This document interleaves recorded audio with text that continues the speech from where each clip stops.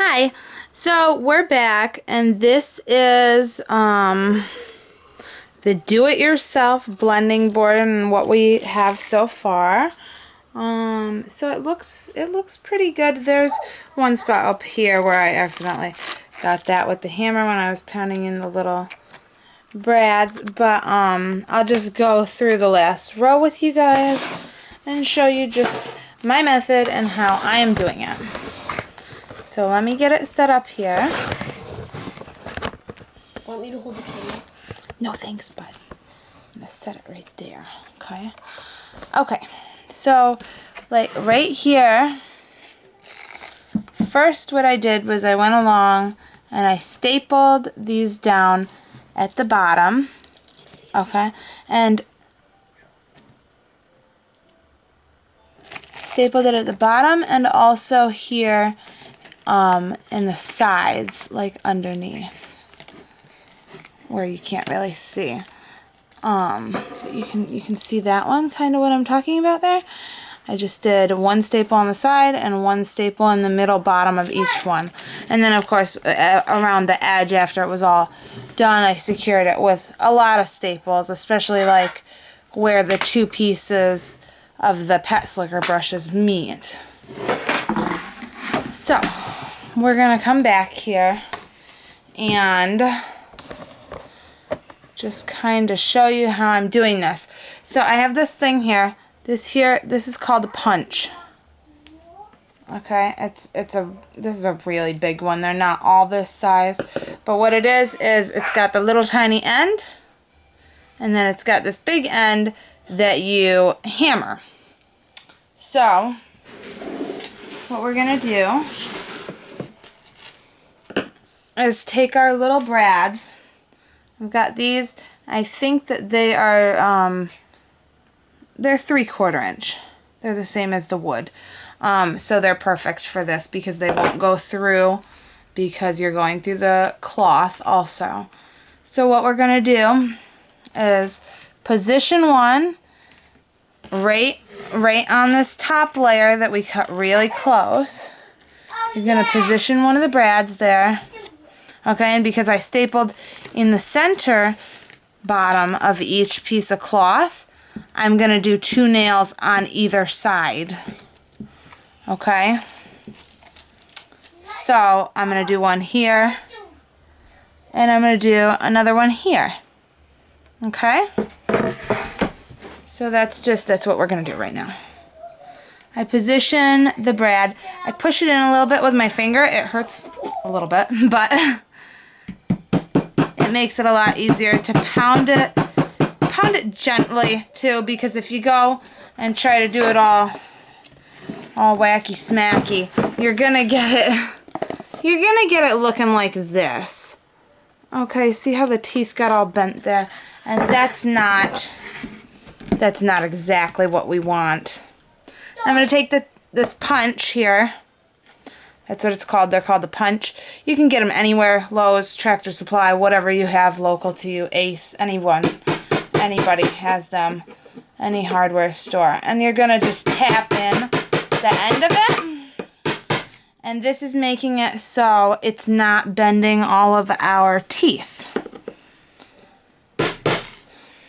Okay. We're going to do the second one right here for this piece of cloth.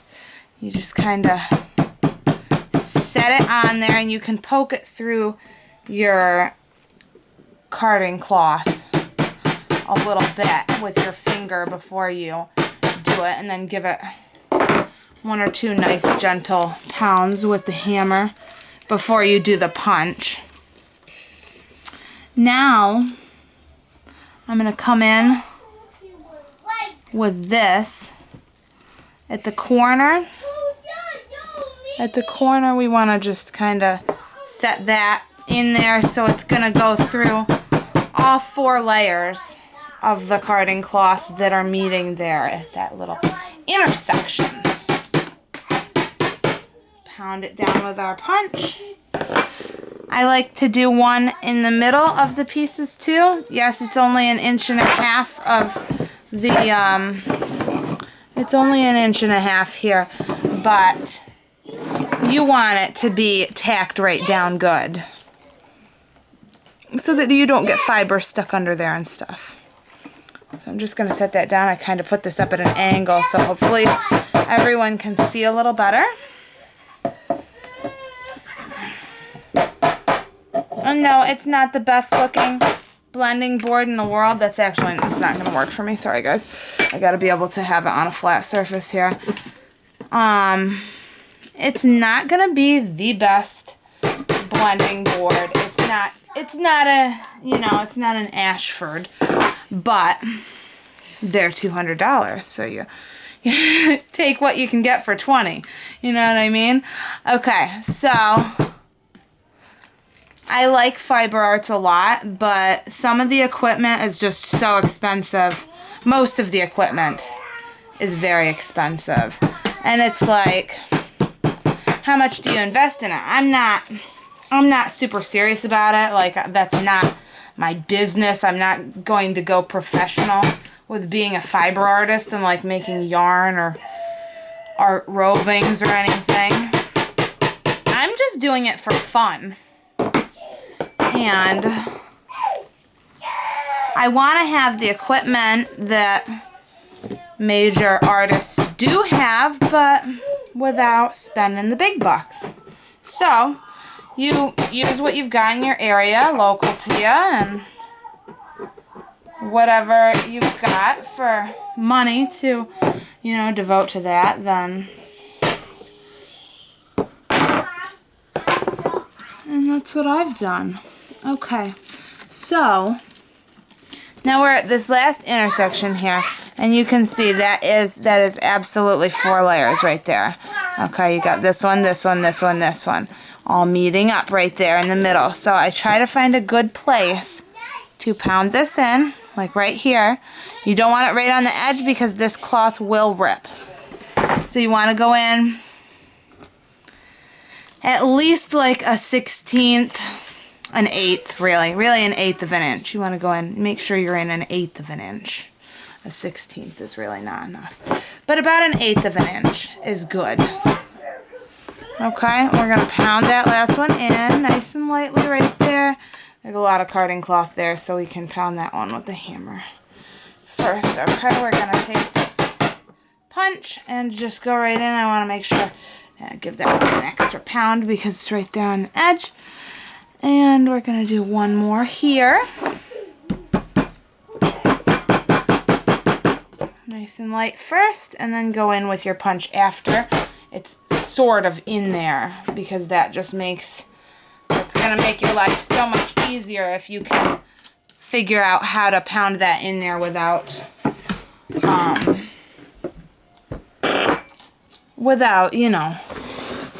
messing up the teeth there.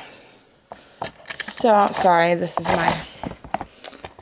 is my drawer of these. And so I'm just about out of these. I've got 2 of my brads left, and that's exactly what I need for this. Okay, so we're going to do these last 2. I'm just going to poke that in there. It really does poke your fingers pretty good, so just try to be careful. And I mean, I'm not over here bleeding or anything, but you probably could be pretty easily if you're not careful.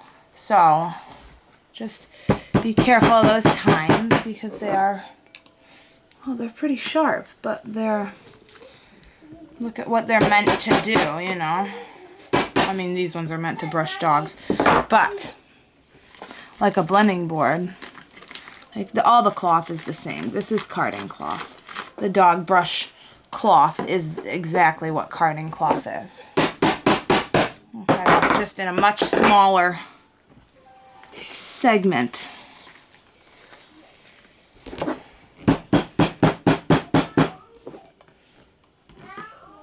Okay, we're going to pound that last one in, and that's about